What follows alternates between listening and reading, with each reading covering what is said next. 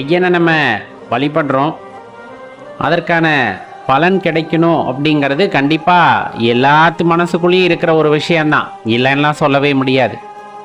பலனை நம்ம எப்படி எதிர்பார்க்கிறோம்?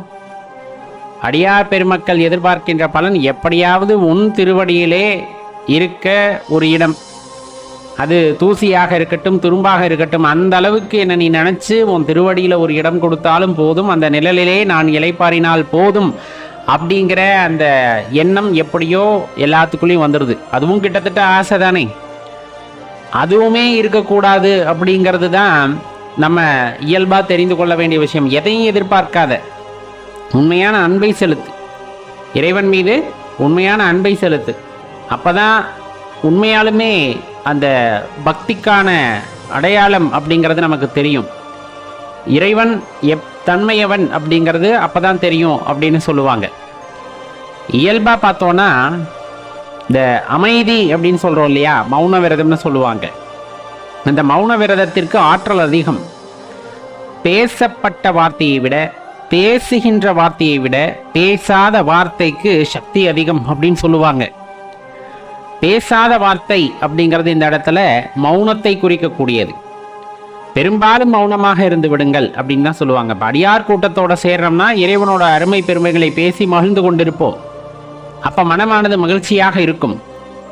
தேவையில்லாத ஒரு இடத்துல இருக்கிறோம், அப்போ நம்ம பேசணும்னு விருப்பப்படுறோம். அப்போ பேசும்போது அதனால் விளையக்கூடிய பயன்கள் யாது அப்படின்னு யோசிச்சு பாருங்க. இப்போ நல்ல விஷயங்களை பேசும்போது நல்லவைகள் நிகழும்.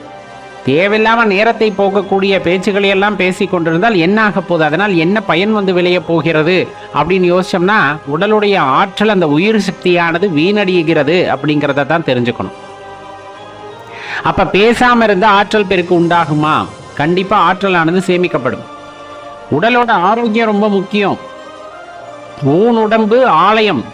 சொல்ல போனா இப்ப நம்ம இறைவனை உணர வேண்டும் என்று நினைக்கின்றோம். இறைவனை உணர வேண்டும் என்றால் இந்த ஊனுடம்பு, ஆலயமாகிய இந்த ஊனுடம்பு ஆரோக்கியமாக இருத்தல் தேவை. இப்போ நோய் நொடியாக இருக்கும்போது இறைவனை நினைப்போம், ஆனால் உடல் நல்லா இருந்த அளவுக்கு நம்மளால் நினைக்க முடியுமா? அந்த மந்திர ஜபம் செய்ய முடியுமா? எழுந்து அமர முடியுமா? பூஜை புனஸ்காரங்கள் செய்ய முடியுமானா ஓரளவுக்கு செய்யலாமே தவிர நம்ம இயல்பாக செய்த அளவுக்கு முடியாது, உடல்நிலை ரொம்ப மோசமாகிவிட்டால். அப்போ உடல்நிலை ரொம்ப முக்கியம். ஊன் உடம்பு ஆலயம் அப்படிங்கிற ஞாபகம் வச்சு உடல் பராமரிப்பும் ரொம்ப முக்கியமான விஷயம். அது ஒரு பக்கம் இருந்தாலும் நம்ம உடலிலே சேமிக்கப்படுகின்ற ஆற்றல்கள் ரொம்ப ரொம்ப முக்கியமான விஷயம். உடலிலே சேமிக்கப்படுகின்ற ஆற்றல் அப்படிங்கிறது ரொம்ப முக்கியம். ஏன் இவ்வளவு அழுத்தி இதை சொல்ல வேண்டியது இருக்கு அப்படின்னா, உயிர் சக்தி தான் இந்த உடலை இயக்குகிறது. இந்த உயிர் சக்தி வீணடைவதற்கு பல வழிகள் இருக்கின்றன. அதுல நம்ம தொடர்ந்து பேசிக்கொண்டே இருத்தலும் ஒரு வழி. நம்ம உயிர் சக்தியை வீணடிக்கணும் அப்படின்னு நினச்சா தொடர்ந்து பேசிக்கிட்டே இருந்தோம்னா உயிர் சக்தி வீணாகும். அப்படி வீணடைகின்ற உயிர் சக்திக்கு தக்கவாறு பலன் நமக்கு வந்து சேர்ந்துருச்சுன்னா, பலன் என்ன? மனசுக்கு ஒரு மகிழ்ச்சி வந்து உண்டாகிறது அப்படின்னா வீணான சக்தியை கூட நம்ம ஓரளவுக்கு ஏற்றுக்க முடியும். சம்பந்தமே இல்லாமல் பேசுகின்ற வார்த்தைகள், சம்பந்தமே இல்லாமல் பேசுகின்ற பேச்சுகளால் உயிர் சக்தி வீணாகிறது அப்படிங்கும் போது கண்டிப்பா அது இறைவனை உணர்வதற்கு தேவையான ஆற்றலை வீணடிக்கும் அப்படிங்கிறத தெரிஞ்சுக்கணும். அந்த ஆற்றல் இருந்திருந்ததுன்னா நம்ம கொஞ்சம் அப்படியே முன்ன நடை போட்டிருந்தோம்னா இறைவனை உணர்ந்துக்கலாம். ஆனால் அந்த ஆற்றலை நம்ம இழந்து விட்டோம். ஏன்? தொடர்ந்து தேவையில்லாம பேசுறோம். அதன் மூலமா மனம் சஞ்சலப்படுகிறது.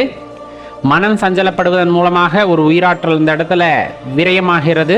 அப்ப உடலிலே இருக்கக்கூடிய உயிராற்றல் குறைய குறைய என்ன ஆகுது அப்படின்னா இறைவனை உணரக்கூடிய அந்த ஆற்றல், சிவபெருமானை உணரக்கூடிய அந்த ஆற்றலானது வீணடிக்கப்படுகிறது. இது உள்ளபடியே யதார்த்தமா அனைவருமே உணர்ந்து கொள்ள வேண்டிய ஒரு விஷயம். அதனாலதான் அந்த காலத்துல உண்ணாவிரதம் எப்படி இருக்க சொன்னாங்களோ, இப்ப வாரத்துக்கு ஒரு முறையாவது உண்ணாமல் இருங்கள் அப்படின்னாங்க. அதை நம்ம சொன்னா கேட்க மாட்டோன்ட்டு ஒவ்வொரு மாதத்திலையும் ஒவ்வொரு பௌர்ணமி இல்லை அமாவாசை தினங்கள்ல குறிப்பாக விரத நாட்களை அமைத்து அந்த நாளில் எதுவும் சாப்பிடாதீங்க அப்படின்னு நம்மளை ஒதுக்கி வச்சாங்க. என்னன்னா கொஞ்ச நாச்சு அந்த உடலுக்கு ஓய்வு கொடுக்க வேண்டும் அப்படின்னு. அதன் மூலமாக எல்லா உறுப்புகளும் நல்ல புத்துணர்ச்சி அடையும், அந்த உயிராற்றல் மேலும் பெருகும் அப்படிங்கிறதுக்காகத்தான் அந்த விரத முறைகளை எல்லாம் நமது மார்க்கத்திலே தெளிவாக கொண்டு வந்து வச்சாங்க. சரி, இப்போ உண்ணாமல் இருந்தால்தான் நமக்கு அந்த ஆற்றல் கிடைக்குமா அப்படின்னா, கண்ணை மூடி எதையும் பார்க்காம இருந்தாலும் உயிராற்றல் மிச்சமாகும், உயிர் சக்தியானது மிச்சமாகும். நம்ம பார்க்கறது மூலமாகவும் நம்ம என்ன பண்ணுறோம் அப்படின்னா அந்த உயிர் சக்தியை சிலவற்றை இழக்கின்றோம். அதே போல தான் பேசுகின்ற பேச்சு அப்படின்னு சொல்லக்கூடியது. அதிகப்படியான ஆற்றலை நாம் விரயம் செய்கின்றோம் அப்படிங்கும் போது அது ஒரு சில விஷயங்களில் அந்த ஆற்றலானது நமக்கு விரயமாகும். அதில் ரொம்ப முக்கியமானது அப்படின்னா இந்த பேச்சு. வீணாக பேசும்போது இந்த உயிர் சக்தி, உயிர் ஆற்றல் அப்படிங்கிறது குறைய ஆரம்பிக்கும். சரி, எப்படி பாதுகாத்து கொள்வது? இந்த ஆற்றலை நம்ம எப்படி பாதுகாப்பது? ஏன்னா அந்த ஆற்றல் இல்லை அப்படின்னா இந்த ஊனுடம்பு ஆலயமாக இருப்பது நோய் அண்டி அது பராமரிப்பு இல்லாத ஆலயமாக மாறிவிடும். அப்போ அந்த இடத்துல இறைவன் குடியிருக்க மாட்டார் அப்படிங்கிறத தெரிஞ்சுக்கணும். அப்போ அது ஒரு ஆலயமாக மாற்றணும் அப்படின்னா, உடல் ஆரோக்கியமாக இருக்கணும் அப்படின்னா உயிர் சக்தி தேவையில்லாமல் வீணடிக்கக்கூடாது. அப்போ தேவையானதுக்கு மட்டும் பேசுங்க. அப்போ ஒரு நாள் முழுவதும் நான் பேசாமல் இருக்கின்றேன், கண்டிப்பாக உயிர் சக்தியானது ஓரளவுக்கு சேமிக்கப்படும். ஆனால் முழுமையாக இல்லை. ஏன் அப்படின்னா வாய் பேசலை, ஆனால் மனசு பேசிக்கிட்டு தான் இருக்கும். மனசு நமக்குள்ளே பேசிக்கிட்டு தான் இருக்கும். அந்த எண்ணங்கள் ஓடவும் அதுக்கு ஒரு உயிர் சக்தியானது வீணடிக்கப்படுகிறது. தெளிவாக நாம் தெரிந்து கொள்ள வேண்டிய விஷயம், அந்த இடத்திலும் உயிர் சக்தியானது வீணடிக்கப்படுகிறது. அப்போ எப்படி என்ன பண்ண முடியும்? வாயை திறந்து பேசாமல் இருக்கலாம், அதுவே விடமாட்டாங்க.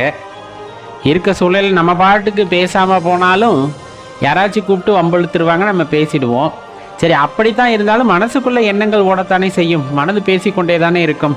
அதையும் நிறுத்தினா தான் உயிர் சக்தியை சேமிக்க முடியும்னா எப்படி? பழக பழகிவிடும். இதில் நிறைய பிரச்சனைகளை நாம் எதிர்கொள்ள முடியும். அடியேன் சிறு வயதிலே சனிக்கிழமை தோறும் யாரிடமும் பேச மாட்டேன். யார்கிட்டையும், அதாவது மௌன விரதம் அப்படிங்கிறத இருக்கிறது வழக்கம். அடியேன் வேலை செய்து கொண்டிருந்த நேரத்திலே பெரும்பாலும் அந்த நாளில் என்கிட்ட யாரும் பேசவும் மாட்டாங்க, அடியேன்ட்ட பேச மாட்டாங்க. தெரியும் அவங்களுக்கு அன்னைக்கு பேச மாட்டாங்க அப்படின்ட்டு. எதேர்ச்சியாக ஒரு நாள் வெளியே செல்ல வேண்டிய நேரிட்டது. ஒரு அதிசயமாக எனது பாலிய சிநேகிதனை சந்திக்க நேரிட்டு விட்டது. அவன் தொடர்ந்து பேசிக்கிட்டே இருக்கான்.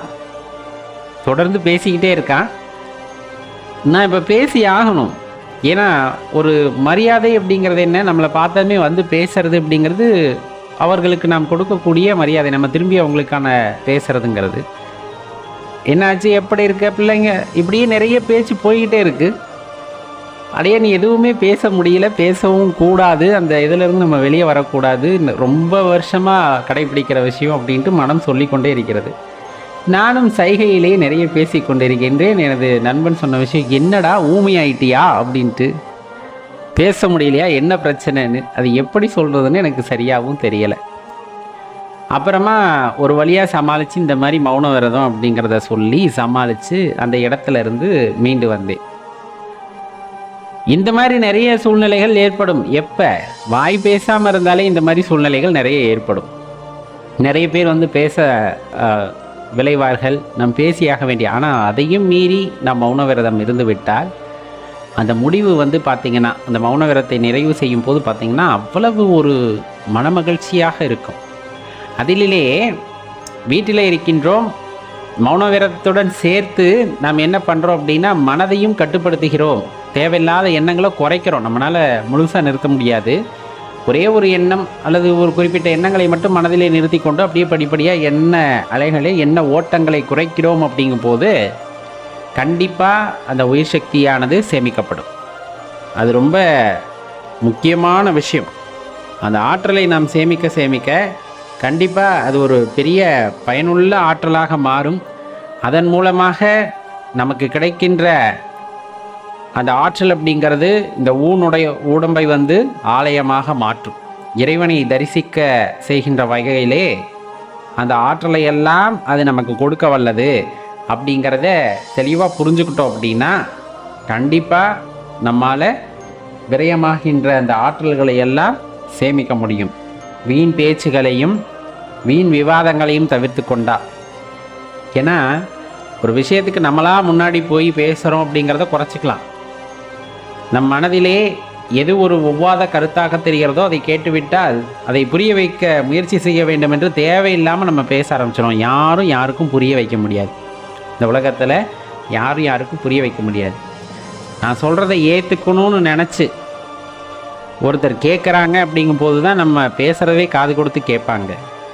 இவன் என்ன பேசுகிறது நம்ம என்ன கேட்குறதுங்கிறவங்க கிட்ட போய் நீங்கள் என்ன பேசினாலும் அது ஒரு முடிவுக்கு வராது. அப்படிப்பட்ட வீண் விவாதங்களை எல்லாம் தவிர்த்து கொண்டால் ஆற்றல்கள் சேமிக்கப்படும், இந்த உயிர் சக்தியானது சேமிக்கப்படும். அது இந்த உடலை ஆலயமாக மாற்றும். இந்த ஆலயத்திலே நாம் தொடர்ந்து முயற்சி செய்ய செய்ய இறைவனை எழுந்தருள செய்யலாம். அதன் மூலமாக சிவபெருமானுடைய அந்த காட்சியும் நமக்கு கிடைக்கும் அப்படிங்கிறத தெரிஞ்சுக்க.